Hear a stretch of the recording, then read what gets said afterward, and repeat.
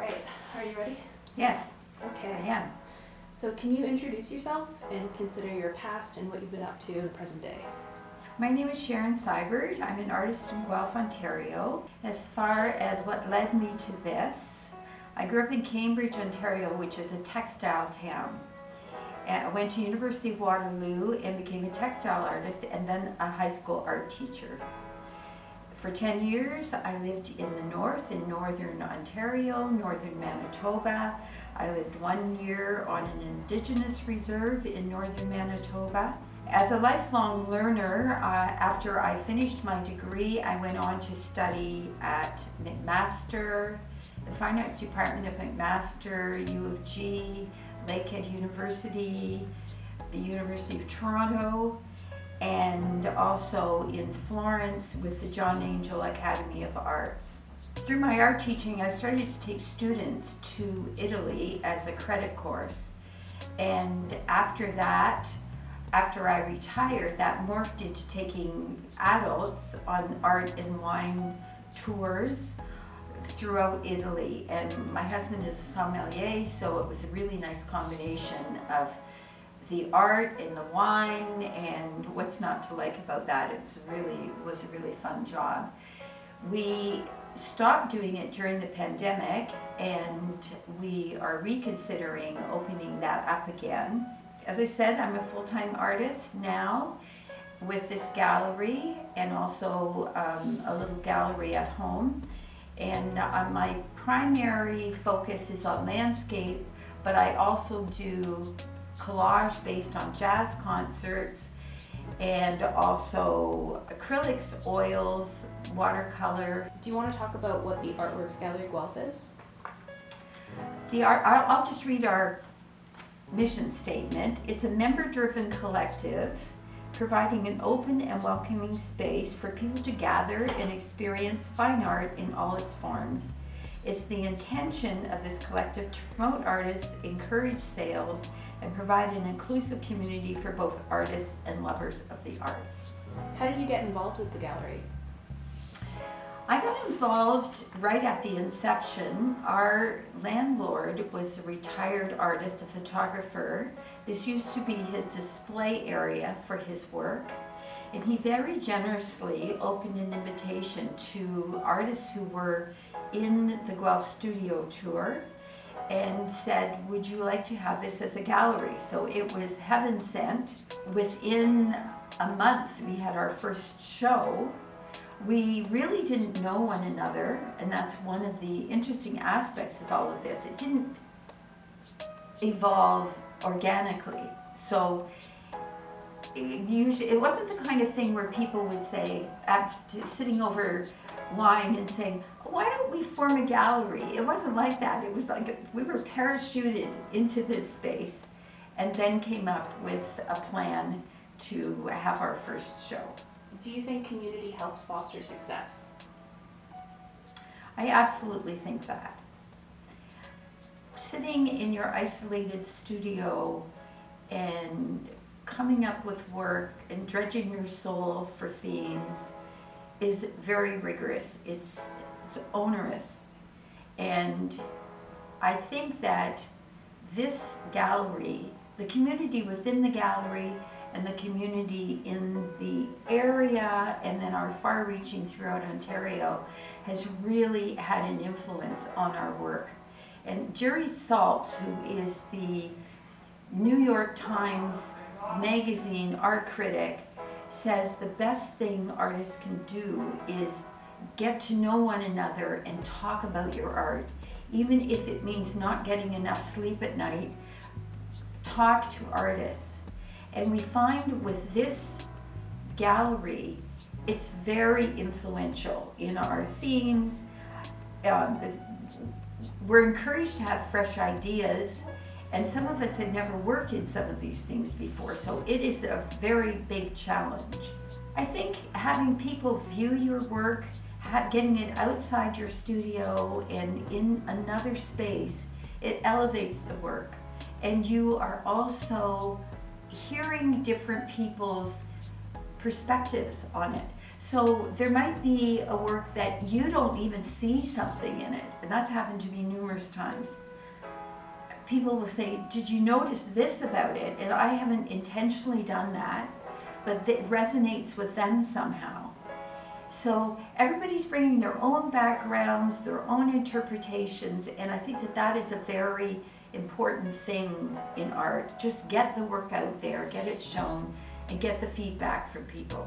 And I think that's the value of being in school too, because you're always getting somebody else's viewpoint about your work. How has this gallery helped you in your own art career? Well, as I mentioned, I have been forced into different subject matter than I would normally do, and working faster, working quite spontaneously, although my present work is not very spontaneous, but there are, for instance, this coming show is about food, and I've never done anything on food. So we're forced to advance our skills, to accommodate these different themes, and to be able to talk about them, which is a large part of having a gallery, is interacting with customers coming in and telling them not only about my work, but other people's work. Also, a really big bonus is having the feature artist here, which we do every month. And what I do is go to art shows and gravitate towards somebody's work and ask them if they would like to be a part of this. We also take people sort of ad hoc, but it's great to have different work in here up close, helping to hang it, getting to know the artists. So it's an educational experience for us.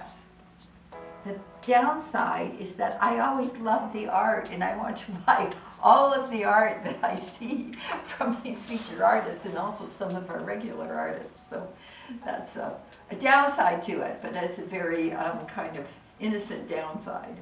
We're now involved with Ontario Tourism, with Ontario Culture Days, with Guelph Tourism, going to seminars, having them come here and doing interviews about us. We are involved in communicating with collectives in not only in our region, but outlying districts as well. And being able to talk to people at the artist projects, some of the collectives that are there. So it's getting to know other people, what their systems are, how they evolved, what we can see in our future, how we can evolve. So it's sitting in my studio just working away, there would not have been these opportunities. And they are, I think it gives you more of a sense of professionalism, and they recognize us as full-time artists, as professionals. And I think that that's an aspect that is good for your self-esteem, for moving forward. What advice would you have for young artists who might want to start their own artist collective? I would say before you do anything, I would research other collectives. Ask them how they operate, get some of their mission statements, what their procedures are, how they divvy up the tasks. Make sure that you have everything ironclad, that it's not, obviously it's going to be an evolution in some way, but if you have everything that is set down ahead of time, which is absolutely counter to most artists' thinking. We're mostly right brain, but this is a very left brain activity. So get the list of tasks, who's going to do them, get people involved who have those skills. Because if you don't have the skills, it will completely fall apart. The work is one thing. Of course, you want artists who have really good work and you want them to have a consistent body of work, but it's a business. It's a business, it's like any other business, and I think that to keep that in mind is an important concept.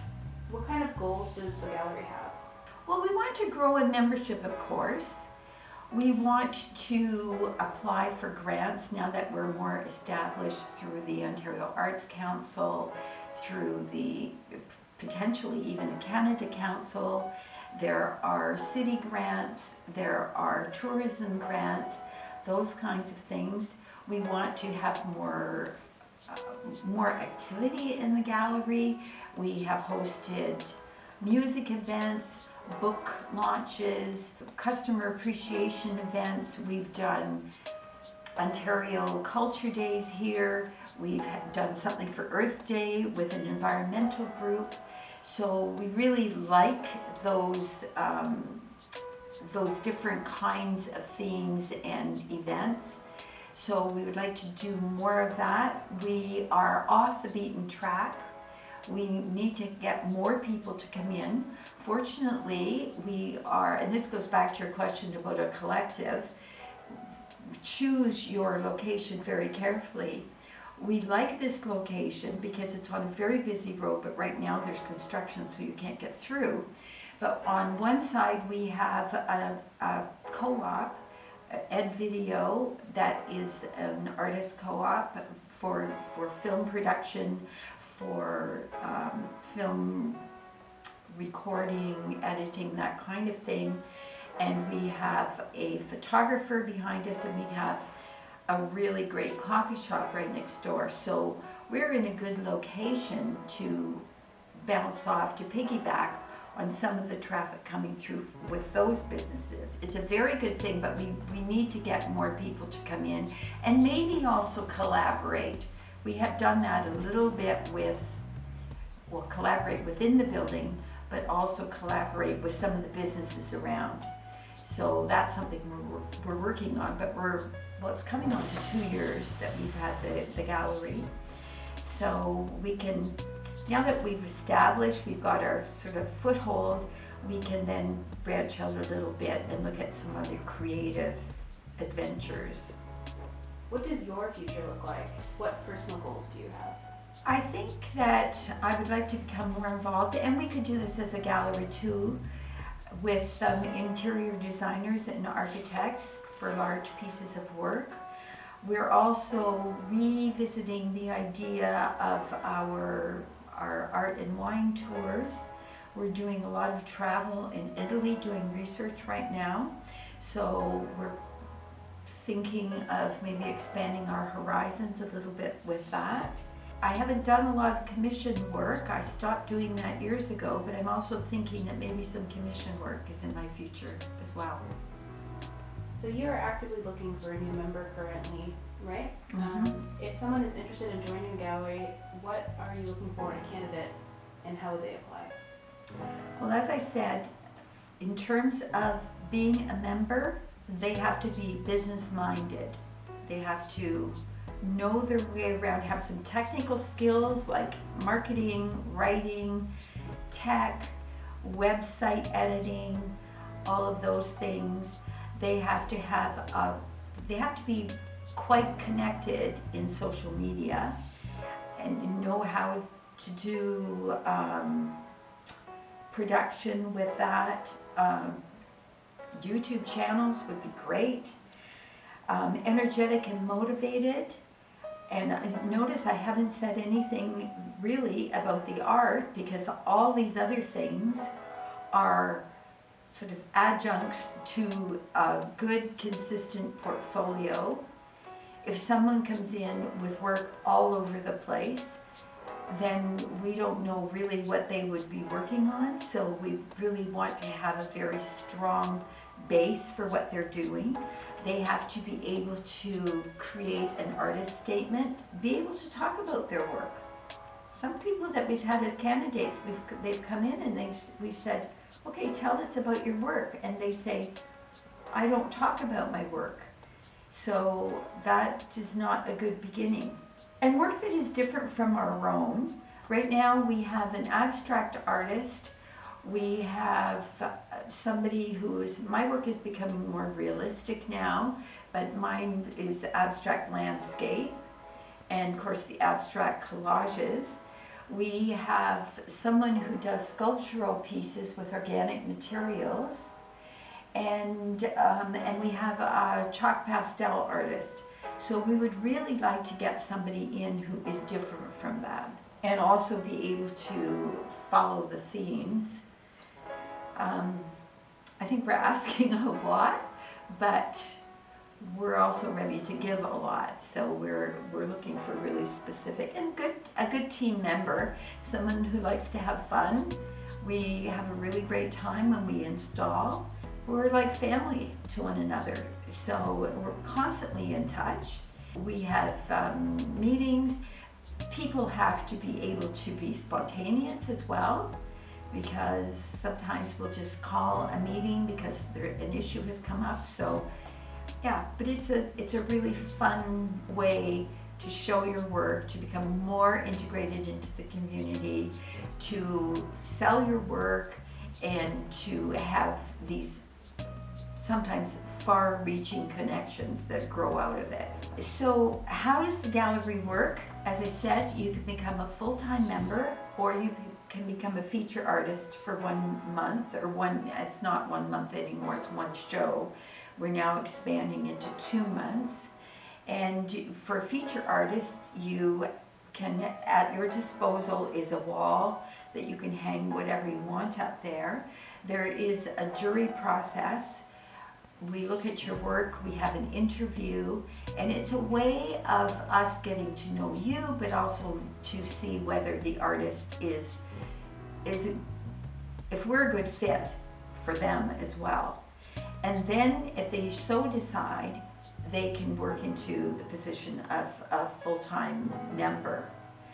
We don't take any commission for work sold, which is highly unusual in a gallery, but we as members are paying every month to become members. And the feature artists pay for the wall.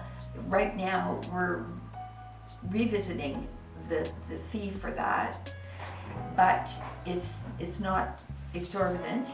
When we have artists, feature artists, sometimes they're from out of town, and it would not work for them to be members because we have in-person meetings, we have installations, but they would have a different audience here than say Toronto, Oakville, Georgetown. It's a really wonderful cross-pollination of ideas and audience, and their followers can come here and see our work. It's worked very well in the past.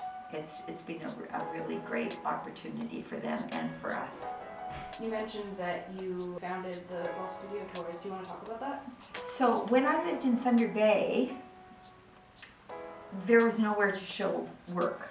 And there were a number of artists around that I got to know, and we formed it was called the Craft Market. It was in the YWCA building. We came together every Saturday, and it was fantastic. There were people doing all kinds of things. They were doing soap making, they were doing baking, they were doing weaving, and I was doing the textile art and painting and pottery and everybody. And it was highly successful. When I moved to Guelph, again, there was no place to show work.